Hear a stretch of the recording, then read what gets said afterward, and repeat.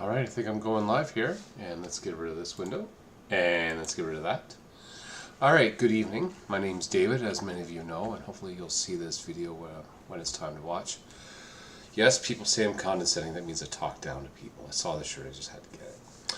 So what are we doing today? We're going through Advanced Squad Leader at the game turn. You know, just maybe somebody will see this, maybe they'll get inspired to play the game. And I chose as this one ASL Alpha Guards Counterattack.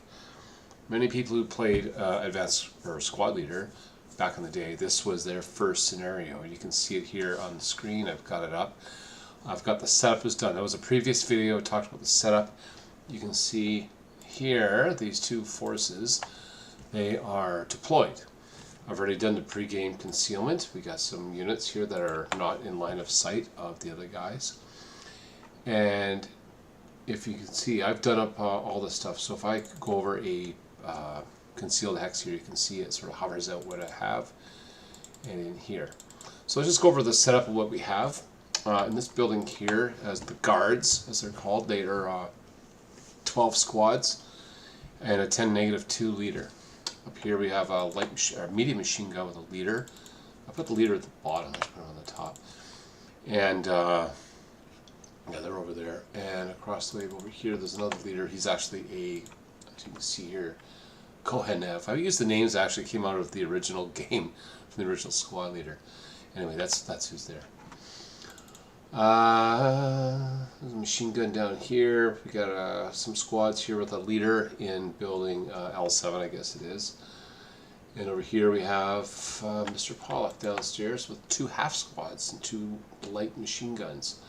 Got them split into half, and I try to remember why I did that. Anyway, I did it, and there it is. The big stack down here, people call that the Death Squad with this guy named Wetzelberger. As an aside, I met the guy that this counter was named for, and he wasn't happy that his name was used in a German. He didn't want to be somebody else, but whatever. Anyway, yeah, so there it is. So it's turn 1. And what I've got here, for those of you that may not see what I have the I gotta open it up. ASL Rulebook from Multiman Publishing is their charts, their game charts. There is another product out there. I'm not going to show it in case people from MMP are watching this, but their chats are named after a rodent. All right, so we've gone through the rally phase. First turn rally phase has happened, so now we're going to kick off with the prep fire phase where we left off last time. It is the Soviet turn. You can see here. Make sure I get the right one. Allied turn 1. Another thing I should probably point out, the snipers are there. They're both at 6. I'll put the info, make sure it says it. Yeah, it has their... so if I roll a 7 at the right time, in the right phase, by the right side, it'll show that as the possibility of having a sniper attack. Okay, so we're going to go through this pretty pedantically, because the important thing here is to remember that you go through the rules, or you go through the procedures in order. Prep fire phase, I'll read here. So you'll notice that if you follow along at home, you'll notice that the numerals here are in red. That indicates that it's the attacker's turn. The attacker does this stuff. In other words, whoever's turn it is known as the attacker. Remove disperse smoke, flip smoke to disperse side. I'll just go through the stuff that is relevant. So for example, it would be able to fire ordnance smoke. That would be first if you had any of that stuff. Before anything else, Mall projectors, check for flames from Mall projectors and then place prep fire or gun flash counters as necessary. Radio contact if necessary, so we'll skip that. Next talks about creeping barrage, correct or cancelling fire missions, placing OBA smoke, so that's done. All that stuff is done. If we had other stuff to worry about, we would do that.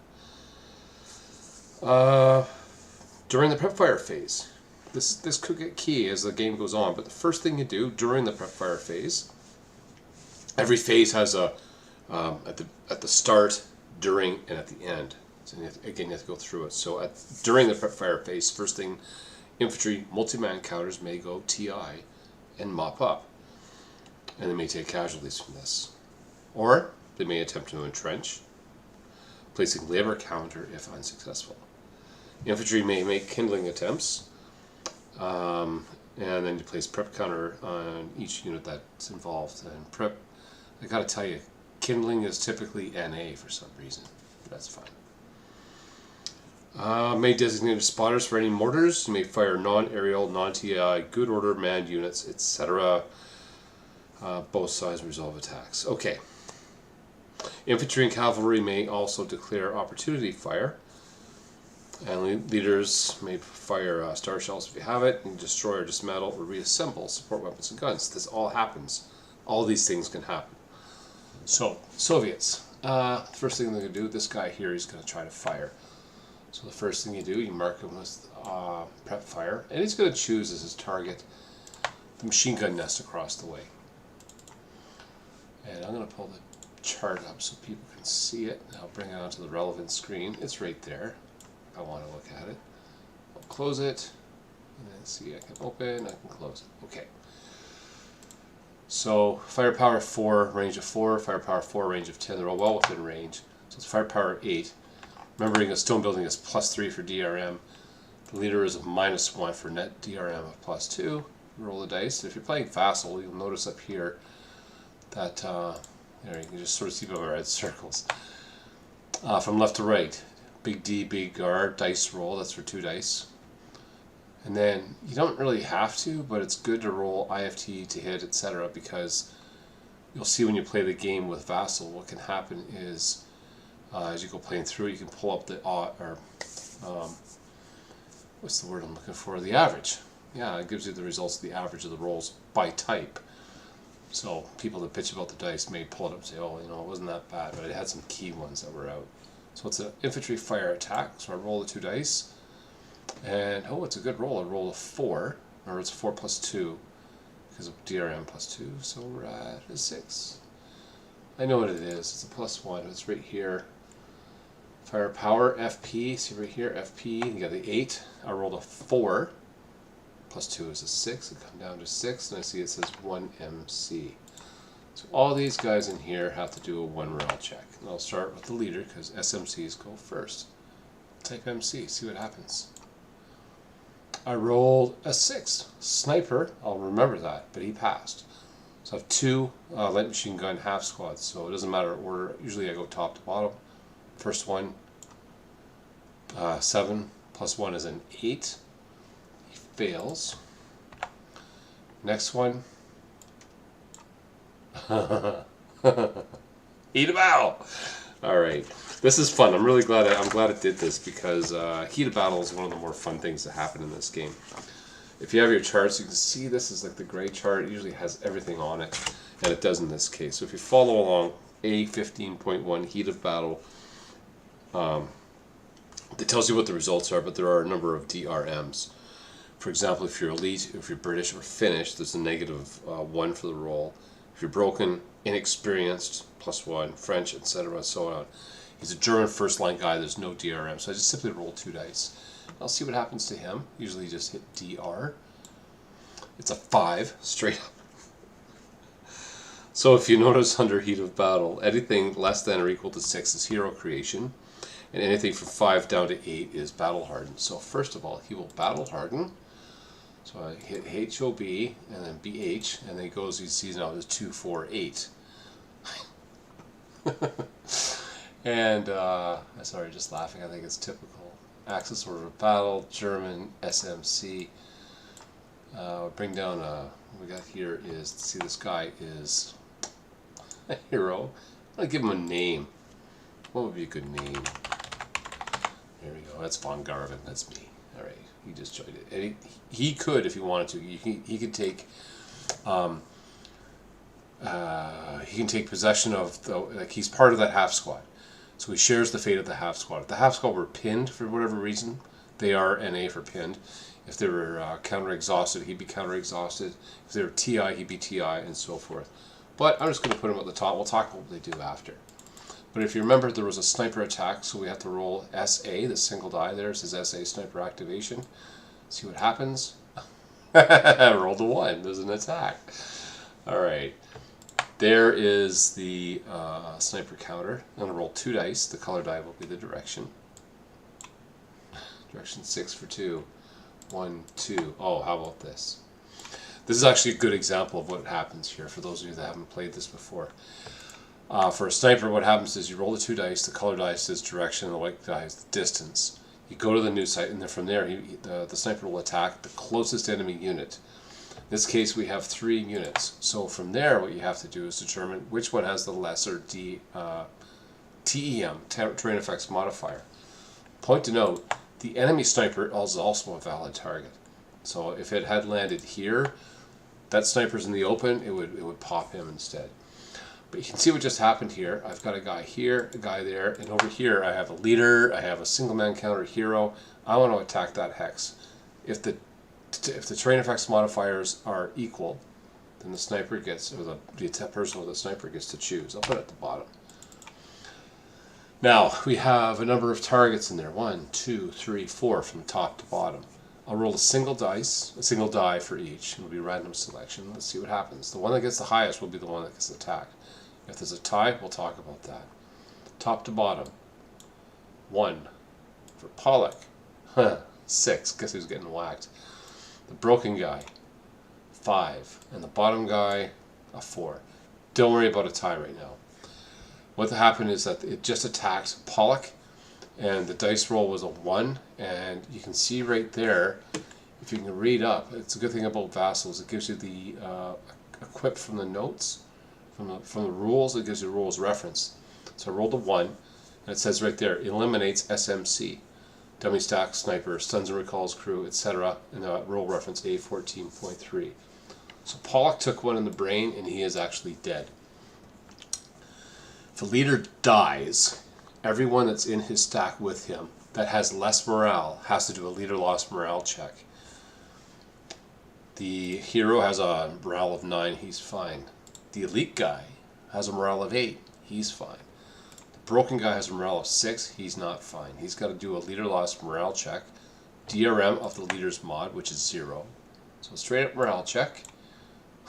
Rolled a 7. Guess what? He's dead too. And that machine gun, I'm going to put at the bottom so you got the proper stack. So that was just one fire attack, and you can see a lot happened here. And just as a refresher, first the machine gun fired. The color die on the dice roll was 3, so it did not maintain rate. The original dice roll was 4. The terrain modifier was +2, so a net 6. It's a +1 morale check.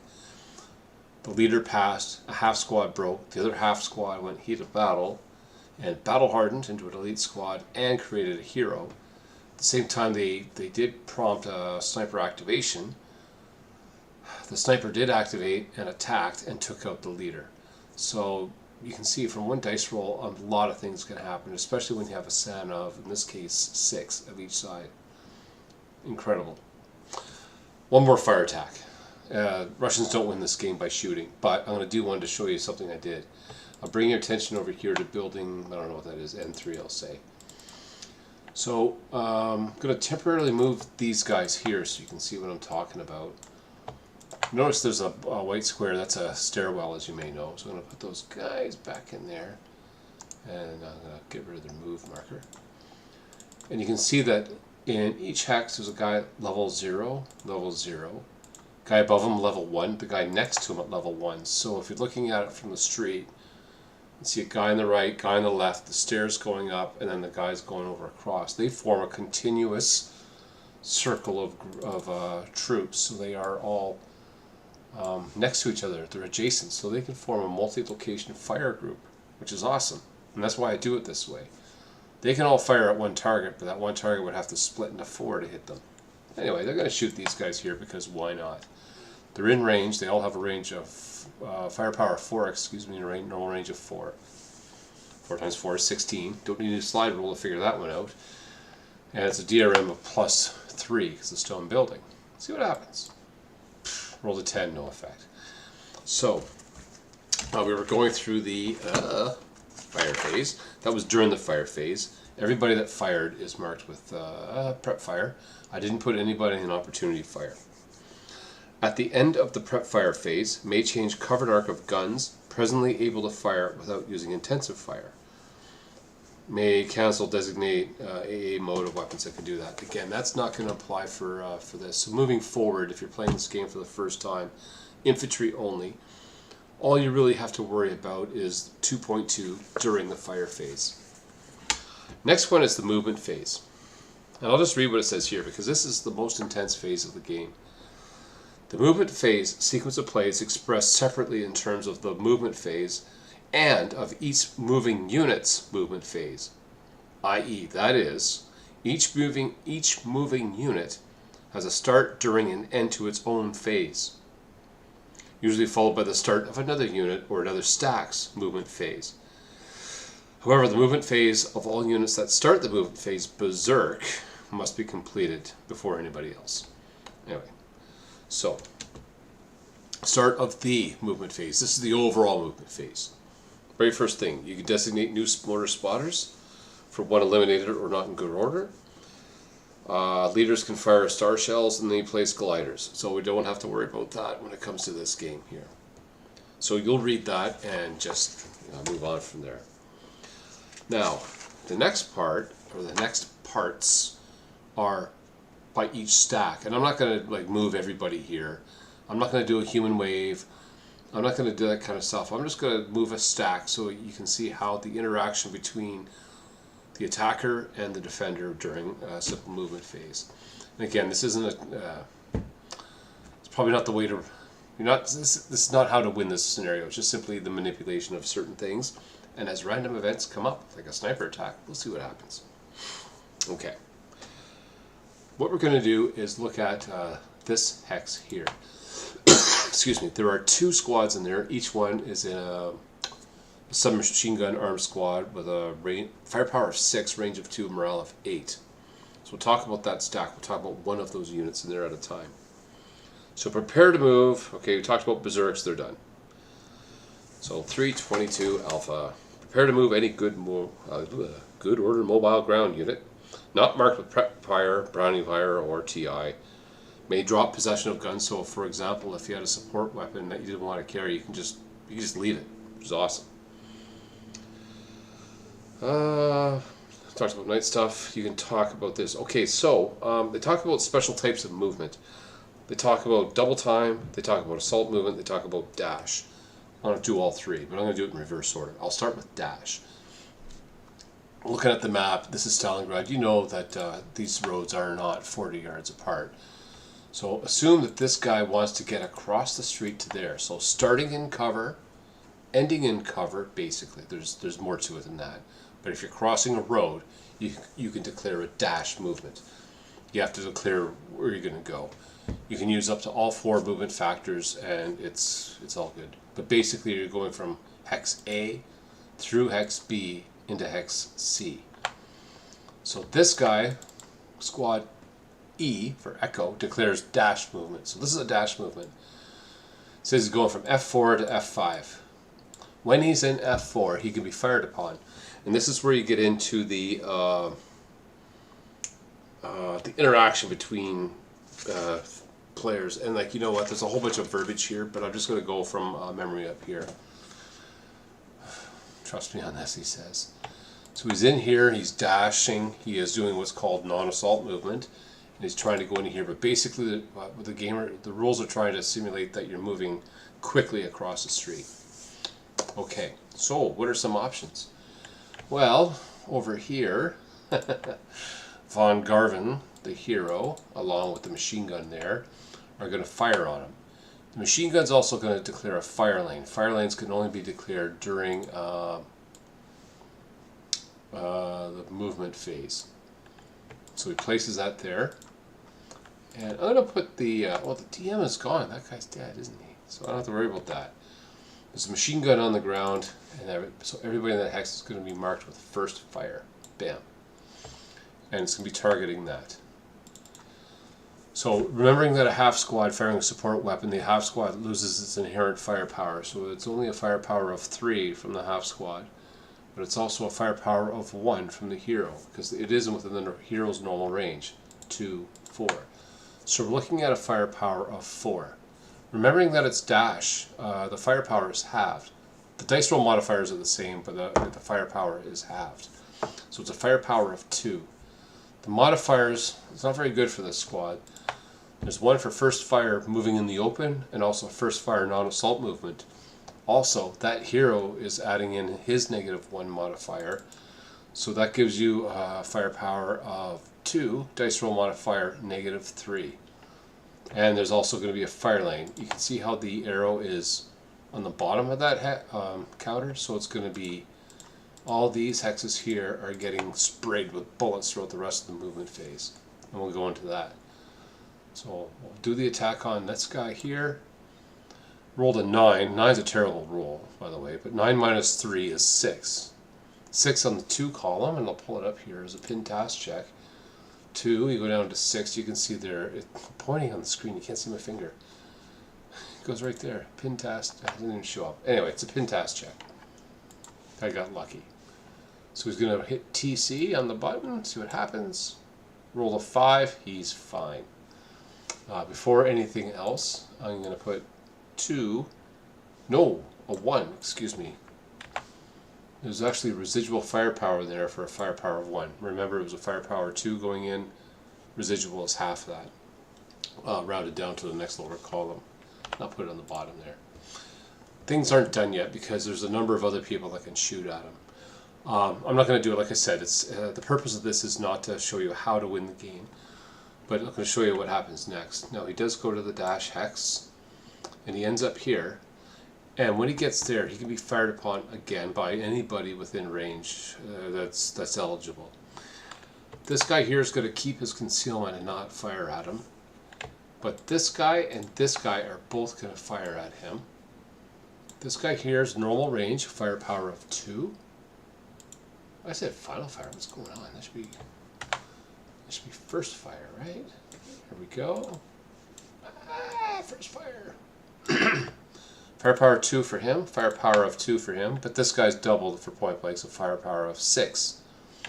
The dice roll modifiers here are +3 for the terrain effect modifier, stone building, but also -1 for first fire non-assault movement, so it's a net firepower 6, DRM +2. The IFT says 8. 8 + 2 on the 6th column is 10. It's no effect. It was a 6, so it's going to leave 2 residual firepower in there. And I'll just leave it like that. So we talked about the dash. What are the 3 types of fire I talked about? I was going to say there's the dash, double time, and assault movement. Alright, so I've done the dash.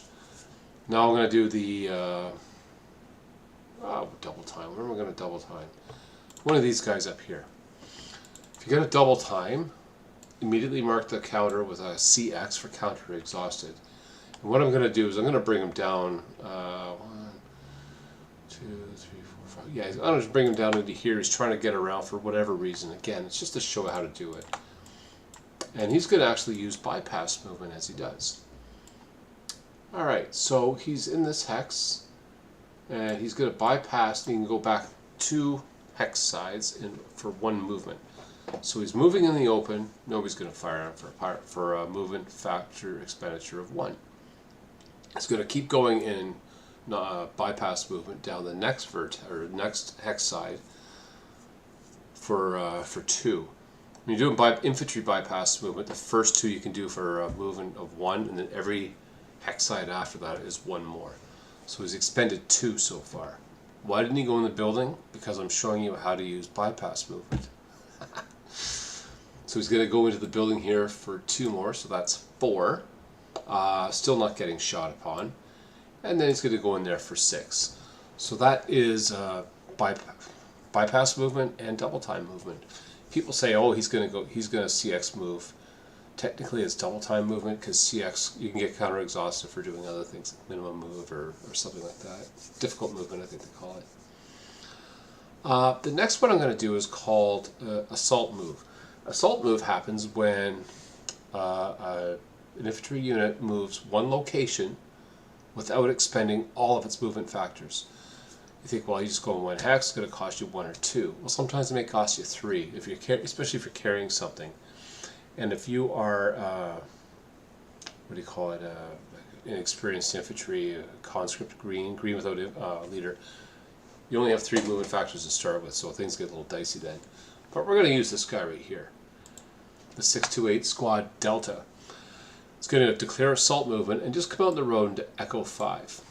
Now remember before I said that there was a fire lane, and you can see the counter here has the green arrow on the lower part of it, which means it's hitting these hexes here.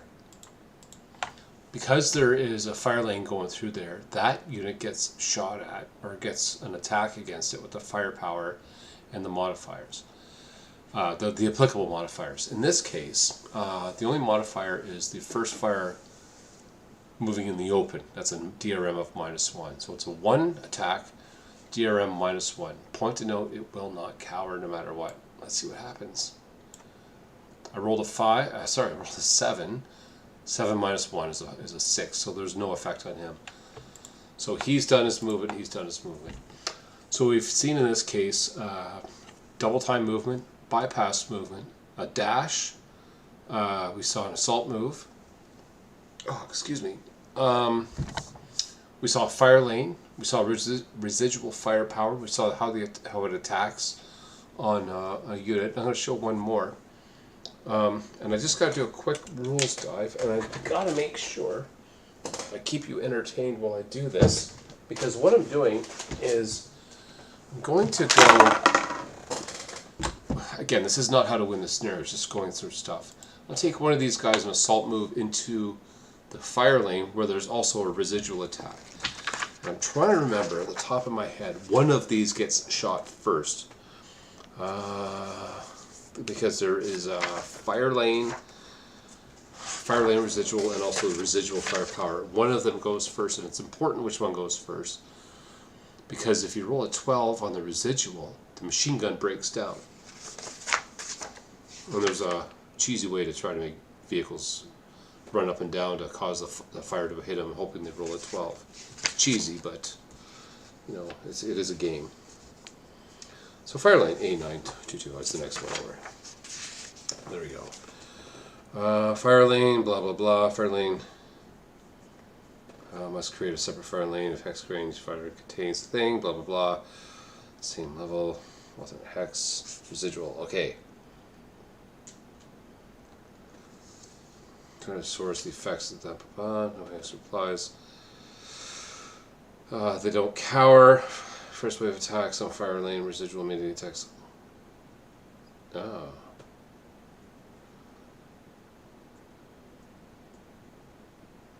Oh, okay. I was wrong.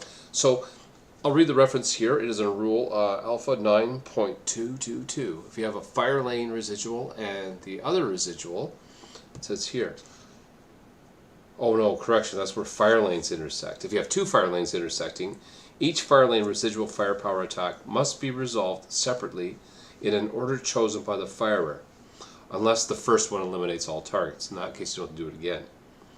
If residual firepower from a source other than another fire plane exists in the location of a fire lane, it must be resolved separately prior to the fire lane residual firepower. Excellent. I found it. I thought it was right. So in this hex here, there's a residual firepower of 1 from the original attack. There's also the residual firepower of 1 from the fire lane. It may sound counterintuitive, but there's a couple of things going on here. Trust me on this. In here, one of these squads will assault move into there. And he assault moves, and as stated before, the residual firepower from the other source must be resolved first. And the only modifiers that happen here are the first fire moving in the open. So the first firepower attack is 1 minus 1. I roll it. 8 minus 1 is a 7. 7 on the 1 column is no effect. But we also have the fire lane going through there. It gets resolved. I roll the IFT for it. 1 minus 1. I roll the 9. There's no effect. Well, how about that? Alright, there we go. So in this case here, what we've seen, we've gone through the movement phase. Everything that was going to happen has happened, and the last thing, I'll just come through and I'll make sure there's nothing I'm missing at the end of the movement phase, at the end of the whole phase. Okay, each vehicle, we talk about vehicles, doesn't talk about it. Berserks with no known enemy unit in line of sight return to good order. We don't have to worry about it. The final part is all residual firepower and half-inch smoke counters are removed. Notice we didn't do any smoke. The Soviets in this scenario don't have any smoke. Probably should have done this. This shows movement phase. And up here we have... and I get rid of the residual. And notice they're all gone. I will point out one thing. If you look at this wheel here that's in Vassal, it's color-coded. Rally phase is blue. Prep fire and advanced fire phase are, I guess, orange. Movement phase is green. Defensive fire phase, purple, etc. It's basically a guide to help you remind you what counters get placed during that phase. For example, in movement phase, we saw that the residual firepower was green. If they had infantry smoke, I'll place one down here so you can see it. It's green as well. And also, if the smoke is down there, and if I remove all counters that say residual, smoke is gone. So how about that? All right. So I know there's probably a chat, and I can't see it because I don't have my proper window open. I'm just going to have a quick look to see if anybody's chatting. I may be missing some questions here. There, I'm going to pull it up. I'll just have a listen to the chat. Down there. I turn the volume down there. No, there's no chat there. That's fine. Okay, so I'm just going to go down, minimize that. Okay, so that is the end of the fire phase, and then that's it.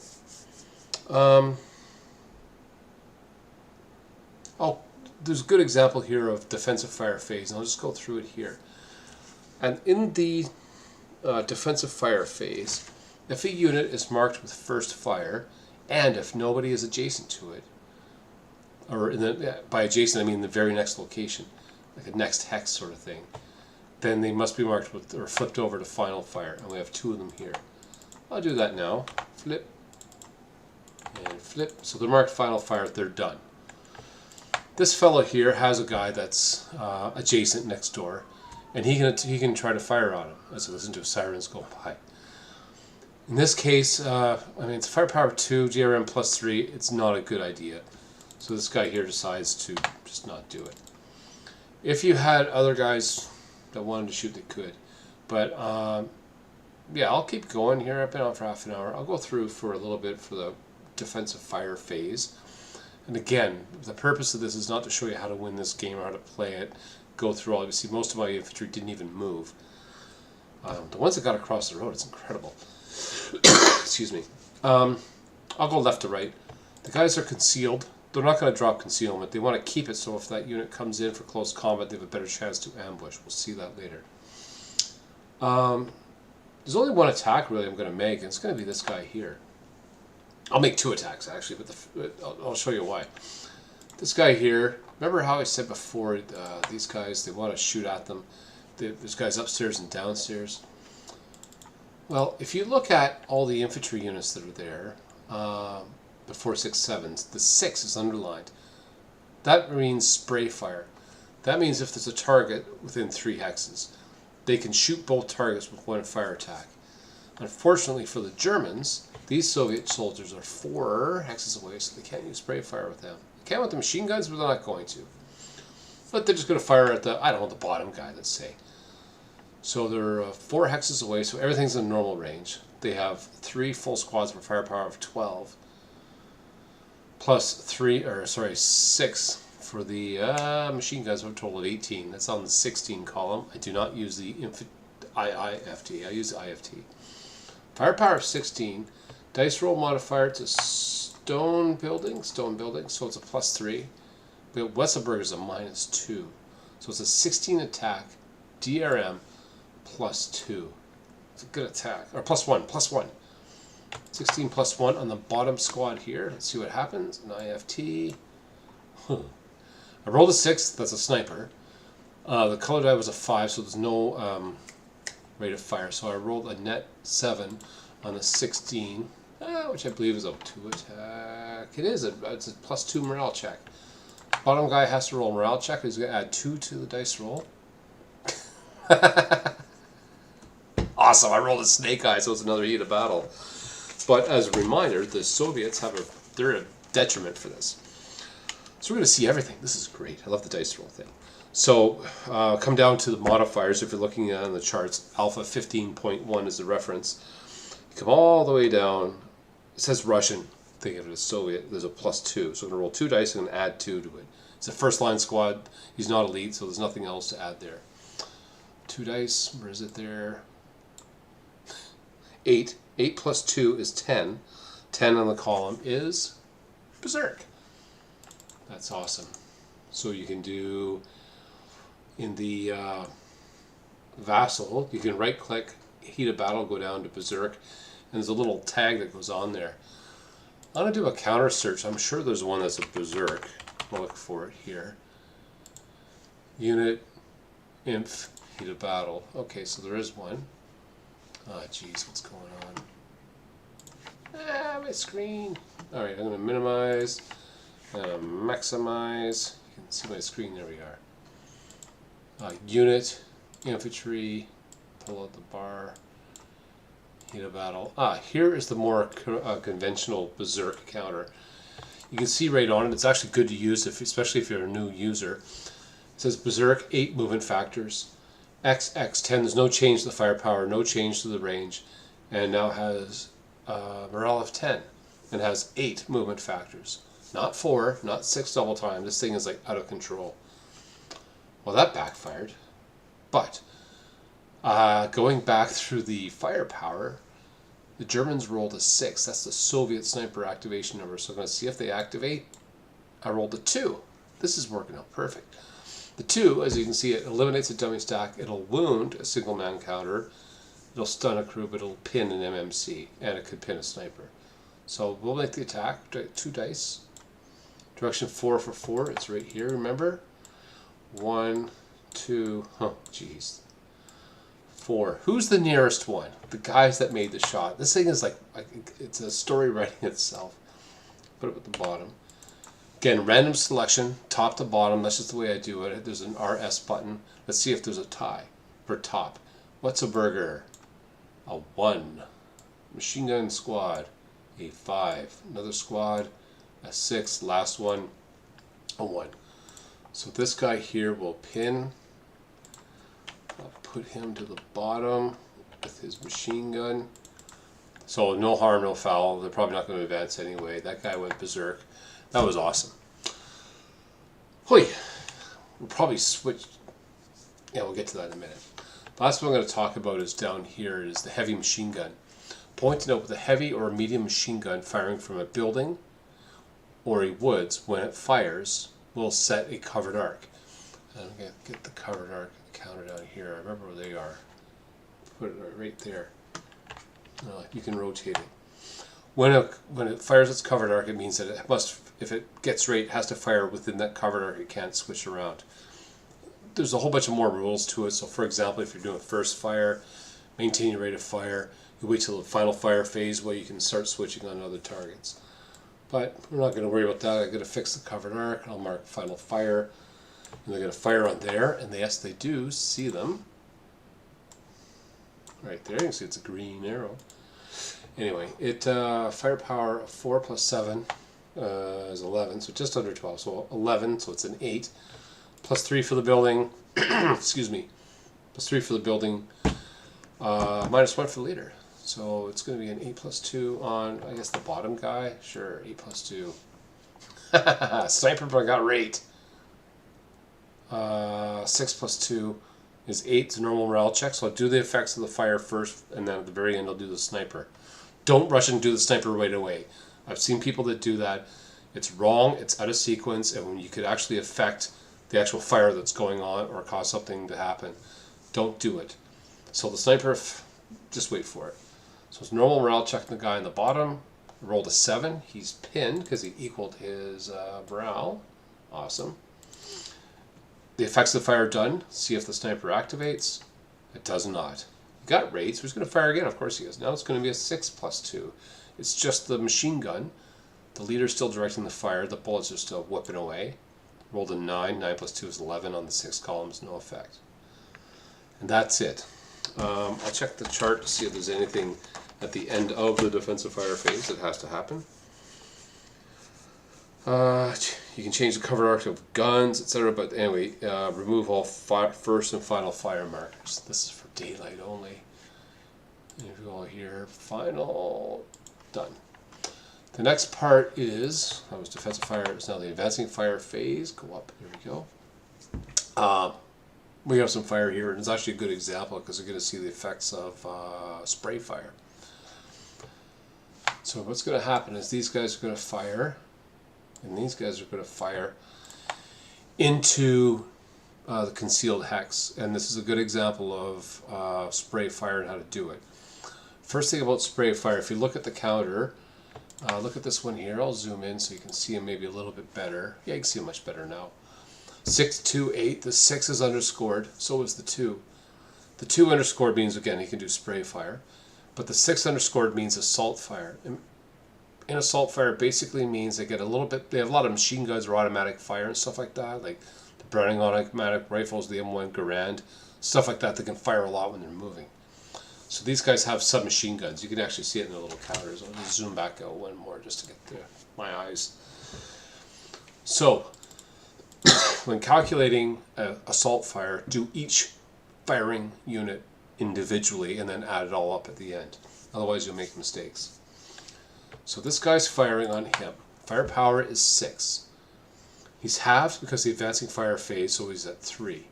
It's halved again because the target is concealed, so we're at 1.5. But he is point blank, so it doubles up to 3. And with the assault fire, you add 1, so he has firepower of 4. The next guy, I pointed out, it has to be within normal range, and these guys are both within normal range. He's a firepower of 6. It's the advanced fire phase, so it halves to 3. The target is concealed, so it goes to 1.5. Assault fire, you add 1, it goes to 2.5. Round up to 1. Round up, so it's 3. 3 plus 4 is 7. So the net firepower here is 6. DRM is plus 3. Roll it, see what happens.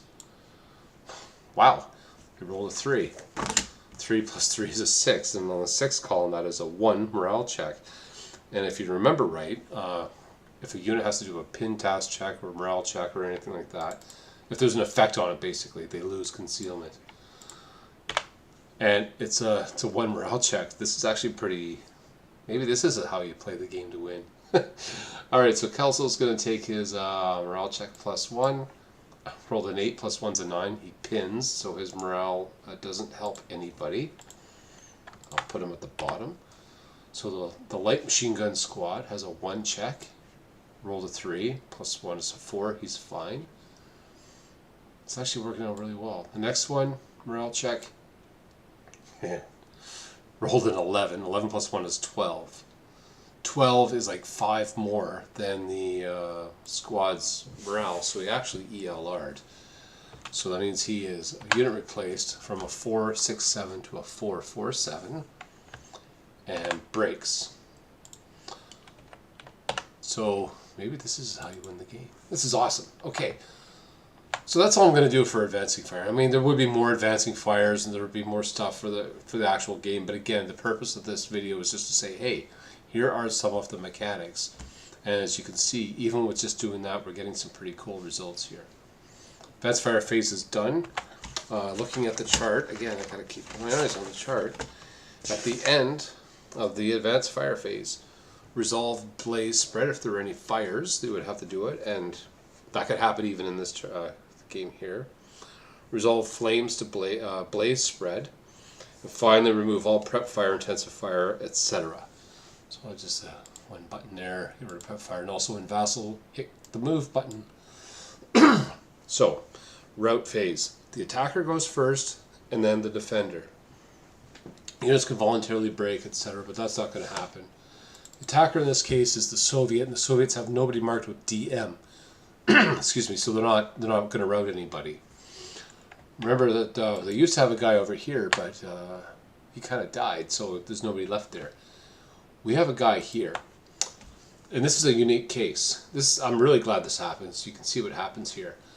We have a squad, we have a broken squad, and we have a pinned leader, and next to them is a pile of Soviets ready to come in. And these guys have an option.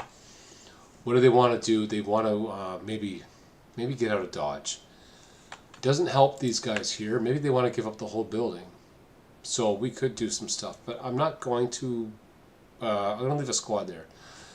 But excuse me, the squad, the leader's pinned. Squad's broken, and normally a leader can follow a squad when it breaks. If the leader's pinned and if the leader wants to follow, the leader has to break himself as well. It may not be the right choice, but that's what's going to happen here. Kelso's going to break himself so we can follow this guy.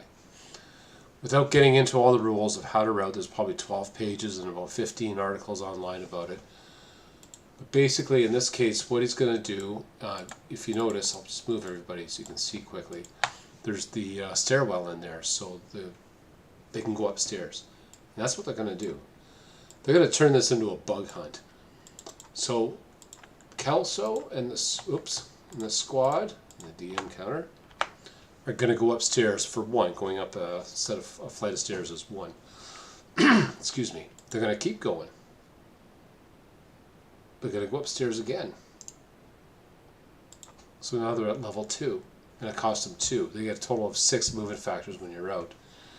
And right now they don't see any. They see this guy here. So they're going to move, actually. It's try to move these guys. There we go. And there. So if you can see what happened, they were here. There's a stairwell.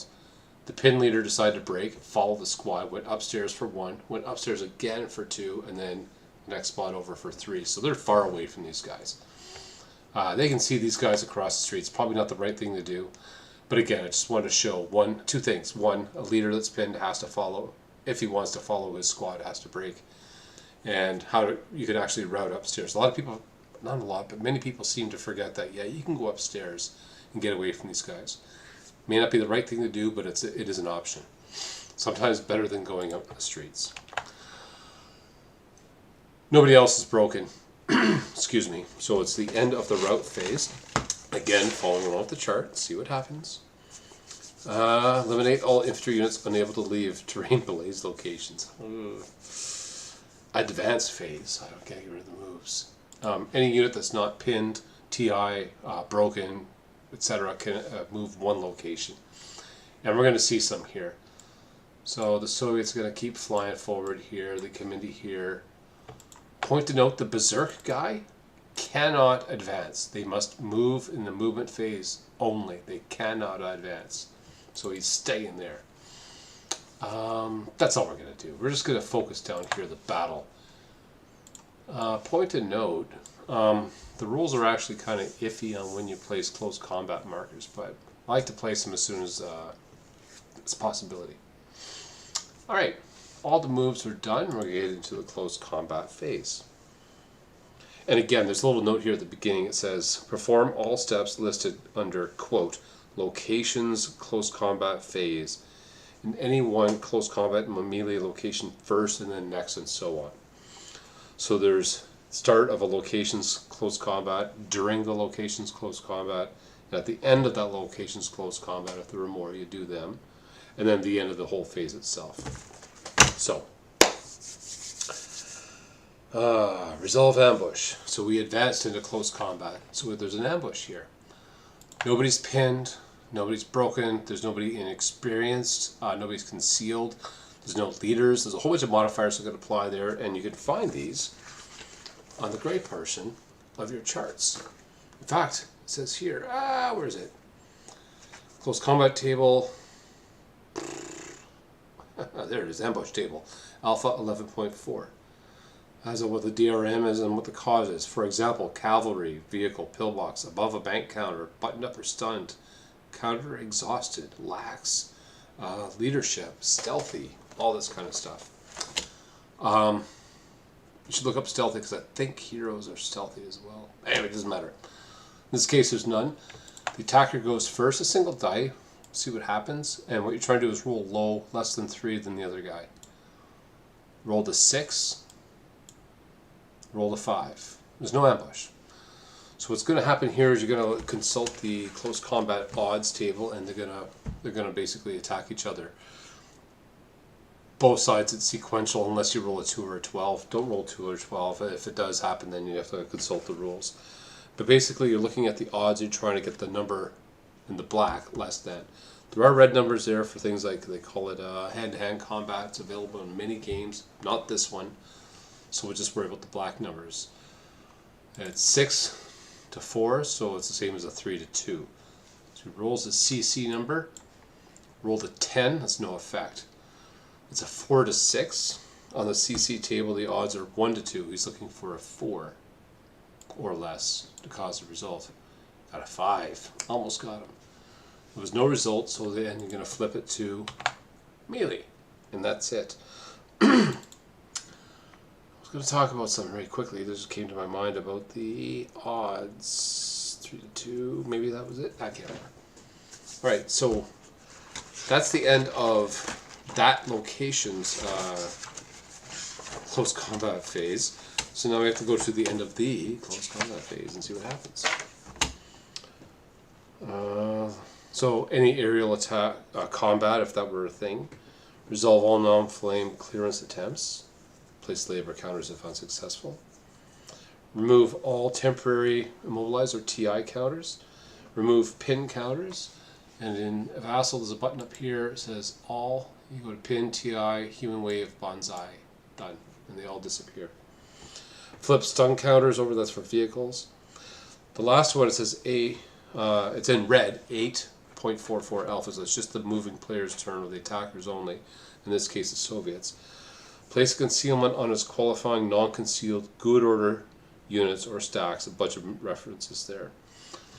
So for example, over here, we have a good order non-concealed unit that's in a concealment location, or a concealment terrain. I'll confirm that nobody can see him. I'm pretty sure they can't.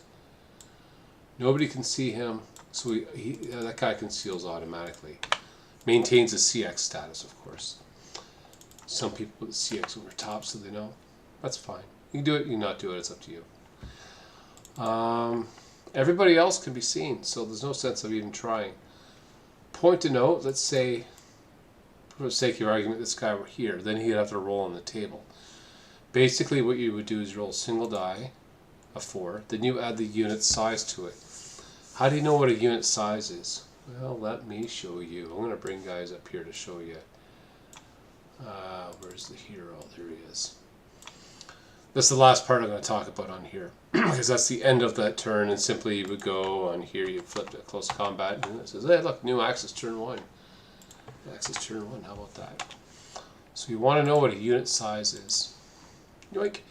Here we got a hero, half squad, and a full squad. How many infantry figures do you see on each? 3, 2, 1. What is the unit size? 1, 2, 3. It's the easiest way to remember. It's so simple. I don't know why I didn't. Nah. So that's it. And then basically you would go on to do the same thing, but this time for the German player. I'm not going to go through it, because again, the purpose of this is not to teach everything about the game, but just simply you got an infantry scenario going on. And let's have a review of what we did. Last video I talked about the pre-game sequence and the rally phase and all the stuff that can go on. And here we talked about the prep fire down to the close combat phase and what happens in each. In prep fire we did talk about the infantry fire only. If you're going to have vehicles and ordnance and stuff, it gets a little more complex, especially if you have OBA. Pointed out, remember, for the movement, or for the prep fire phase, is use opportunity fire a lot if you can. Especially if you're facing a lot of concealed guys, put guys in opportunity fire and run, and get them. Then you can fire on them better odds the advanced fire phase. The movement phase, again, we talked about assault movement, non-assault movement. We went double time, we went dash, and we did bypass movement. We got to see a fire lane. We got to see first fire.